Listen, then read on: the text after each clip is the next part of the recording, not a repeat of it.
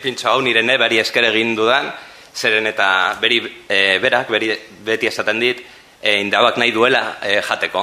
Ta buruan indabak, indabak miragarriak egin ditut. Benga, derto. Eta pintxo hau eramaten duena da, hemengo produktuekin egin duguna da pate bat, egin dugu pate bat, sakramentuekin, odolosteukekin eta gauz horrekin.